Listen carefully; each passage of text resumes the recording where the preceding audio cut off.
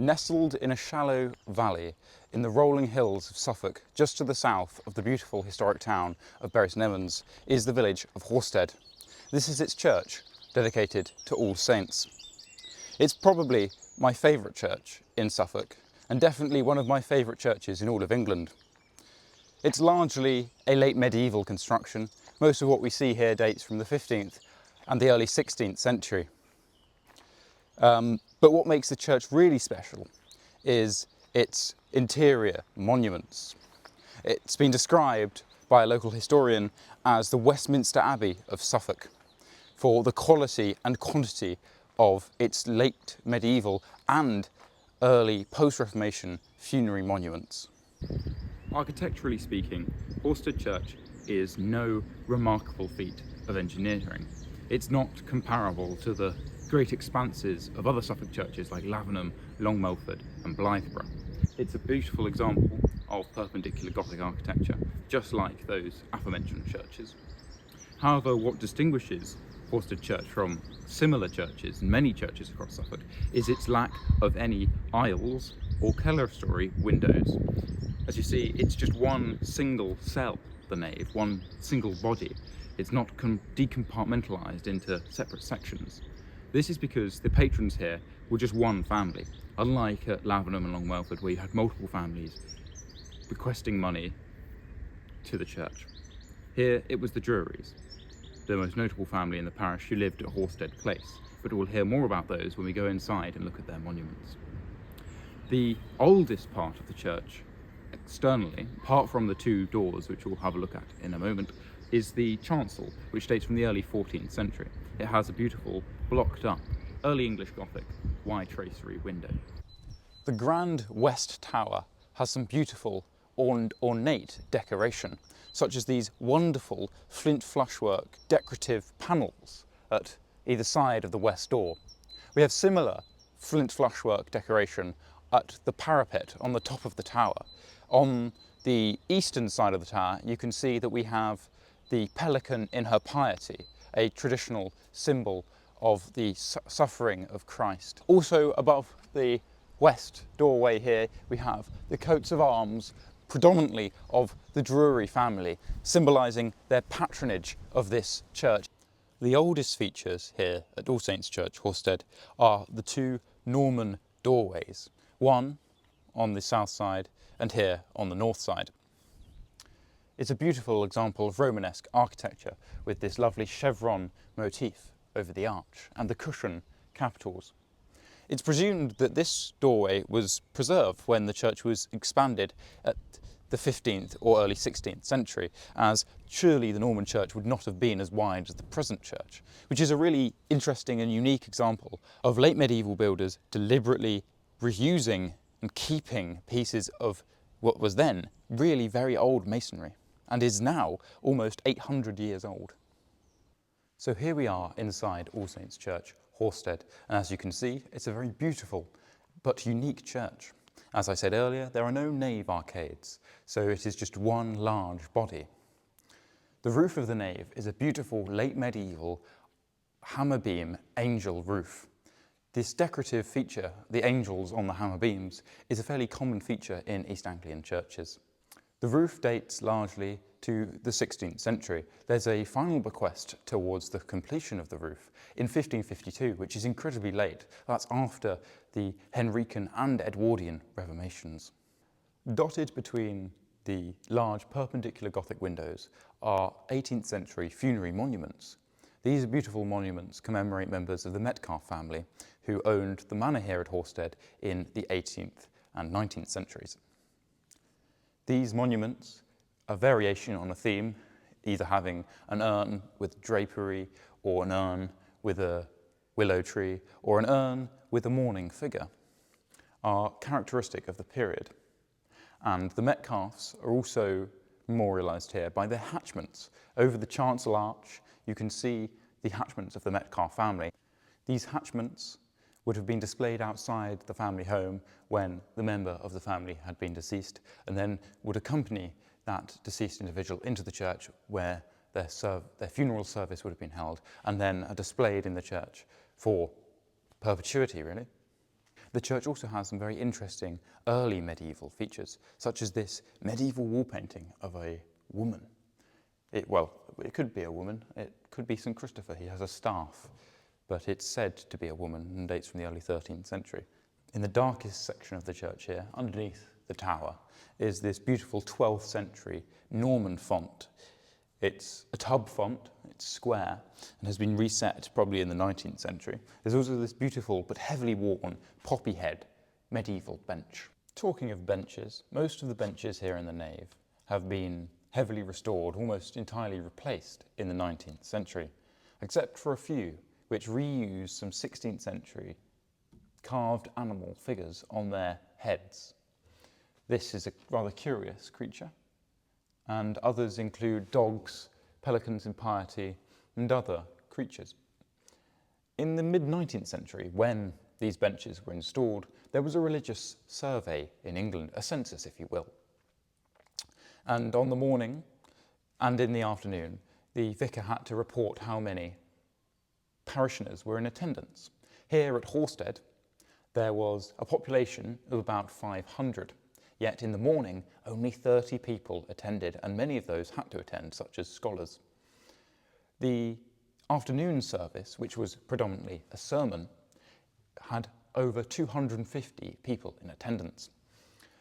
This shows the inadequacy of the Church of England in the mid-19th century before the Anglican revival of the late 19th century, as in heavily Puritan Protestant areas such as Suffolk, people weren't really interested in attending church, only coming for the sermons in the afternoon.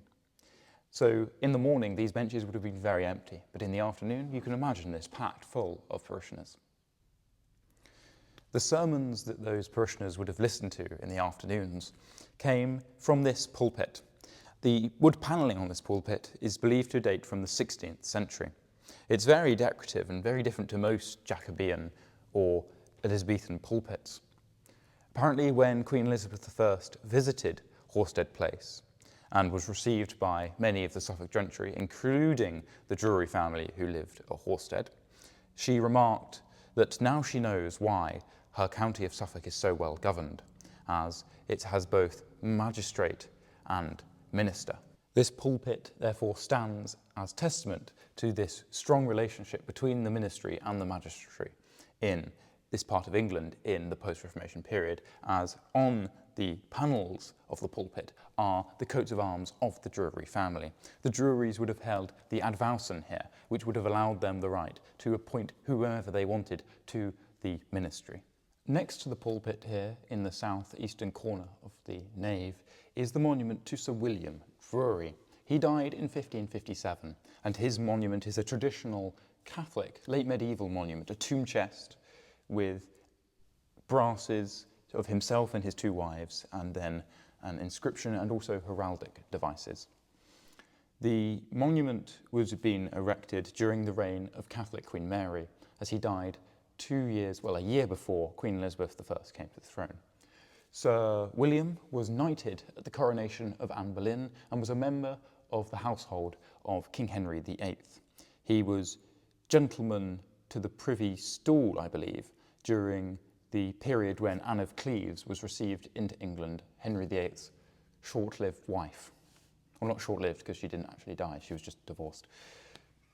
Also here in the corner are some earlier brasses, those two little figures hung on the wall. These date from the early 16th century and are believed to be other members of the Drury family. So before we enter the chancel, which is the real jewel in the crown of this church and why it has its title as the Westminster Abbey of Suffolk, it's worth just admiring the beautiful 15th century rood screen.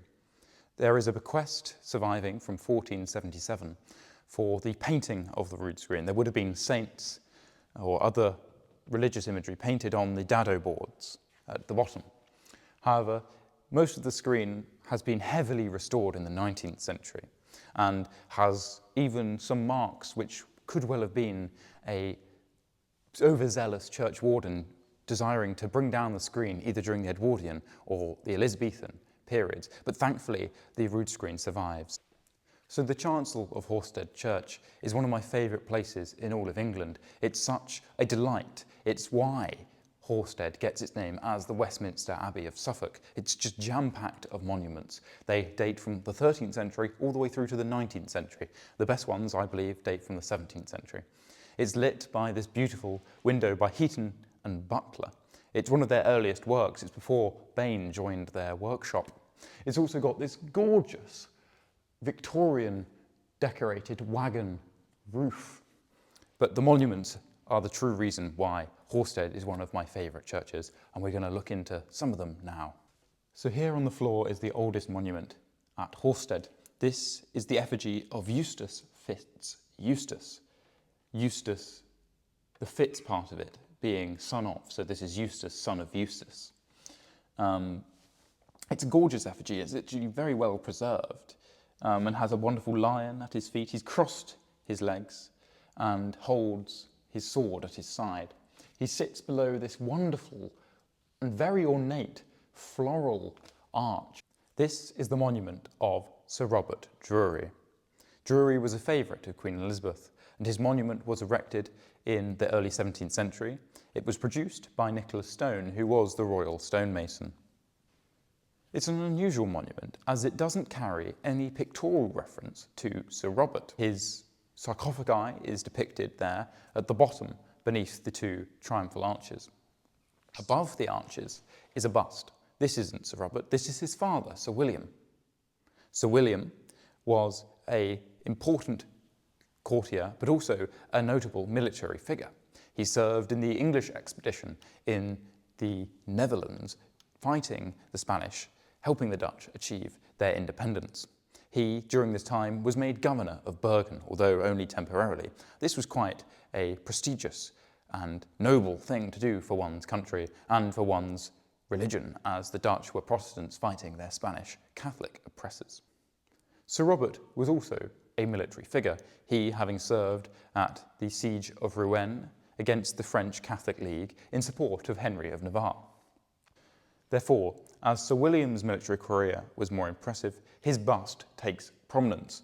It's also a means to show that the prestige and the landed power of the Drury family came not just from inheritance, but also from conquest. As we see, Sir William is depicted in his armour. This was a common feature on post-Reformation funerary monuments, as wearing armour was suggestive that one was ready to serve for one's country, and that is exactly what Robert and William did.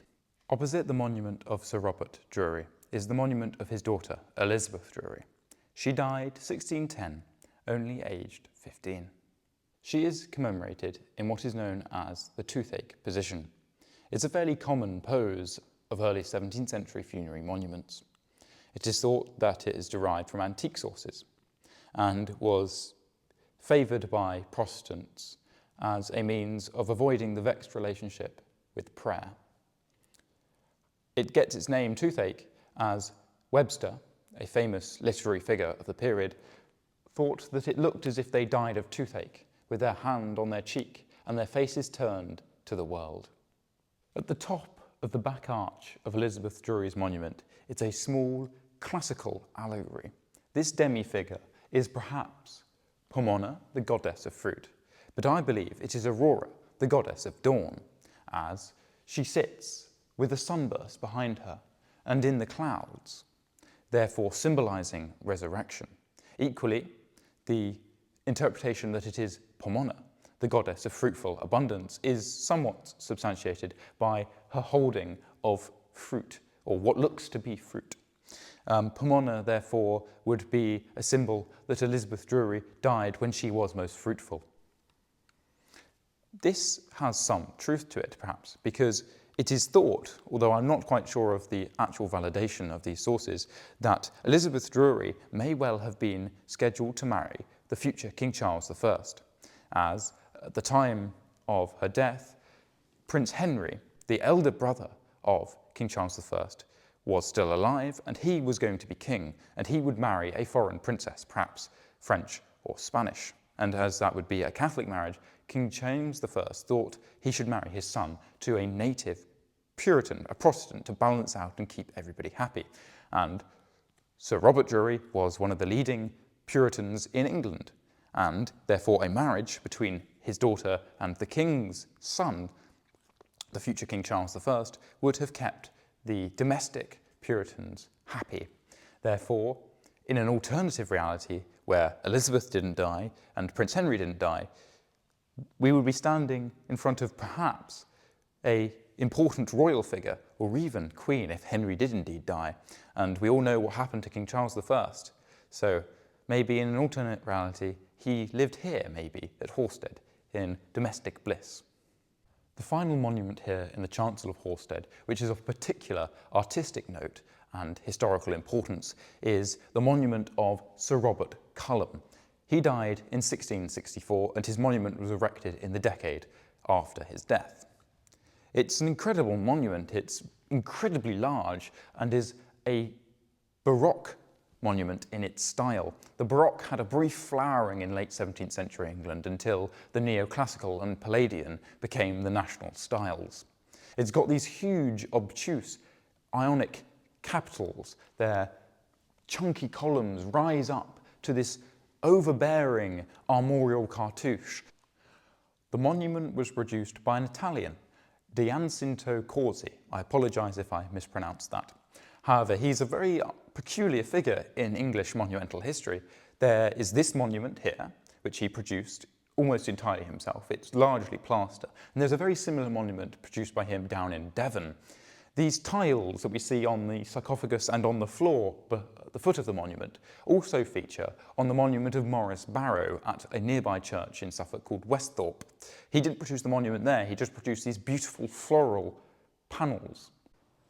Thank you for watching this video about the history and the monuments of All Saints Church, Hawstead. I hope you found it interesting, and please do leave a comment if you've got any questions or any tips on how to improve these videos. I hope to make more of these YouTube videos giving tours of churches that I find very interesting and hold very dearly in the coming months. If you like them, please do follow and subscribe.